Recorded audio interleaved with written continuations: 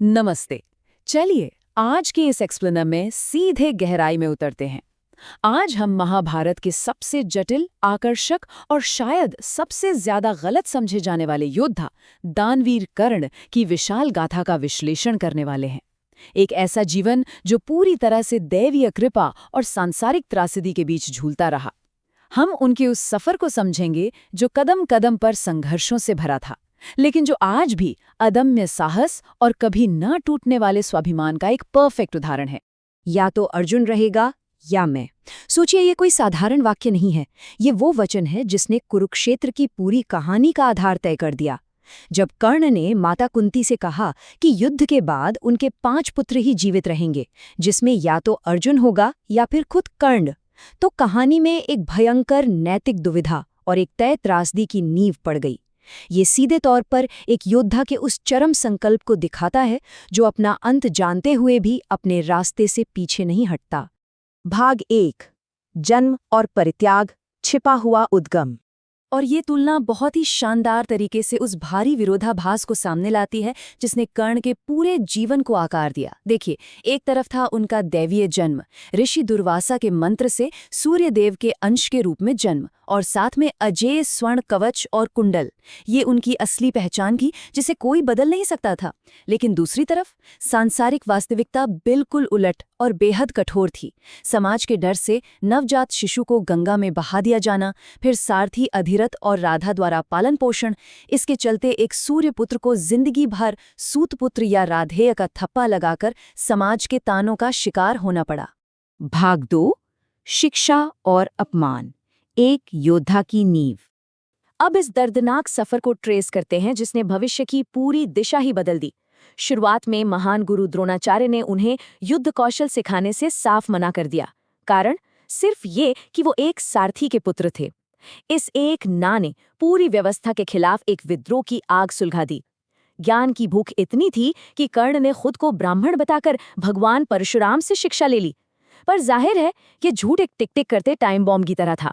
और फिर वो मनहूस दिन आया जब परशुराम जी को सच पता चला, और उसी क्रोध में उन्होंने वो विनाशकारी शाप दे दिया कि जिस विद्या को छल से हासिल किया गया है वो ठीक जीवन मरण के वक्त, जब उसकी सबसे ज्यादा जरूरत होगी, विस्मृत हो जाएगी। भाग 3, अंगराज कर्ण, दुर्योधन की मित्रता। चलिए आगे बढ़ते हैं और देखते हैं कि कहानी का ये मोड़ कैसे विकसित होता है। रंगभूमि का वो दृश्य सच में रोंगटे खड़े करने वाला था। जब कर्ण ने सबके सामने अर्जुन को चुनौती दी तो समाज ने उनकी योग्यता देखने के बजाय फिर से सूतपुत्र कहकर उनका अपमान किया। लेकिन उसी क्षण कुरु राजकुमार दुर्योधन भीड़ से आगे आते हैं। उन्होंने न सिर्फ बचाव किया बल्कि कर्ण को सीधा अंग देश का राजा घोषित कर दिया।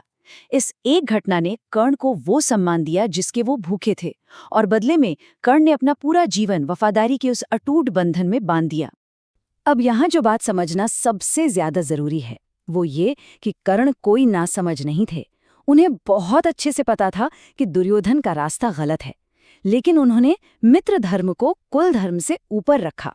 उनका उसूल एकदम साफ था। जिस इंसान ने उन्हें तब सम्मान, गरिमा और पहचान दी जब पूरी दुनिया उनका मजाक उड़ा रही थी, उसके प्रति पूरी तरह से निष्ठावान होना ही उनका परम कर्तव्य था। ये चुनाव उन्हें एक सीधा साधा छलनायक नहीं बल्कि एक बेहद जटिल और अपने उसूलों पर चलने वाला चरित्र बनाता है। भाग 4, दानवीरता, सर्वोच्च त्याग। दानवीर ये कोई जन्म से मिला नाम नहीं था, बल्कि परम दानी की वो उपाधि थी जिसे उन्होंने कमाया था। कुरुक्षेत्र का युद्ध एकदम सिर पर था।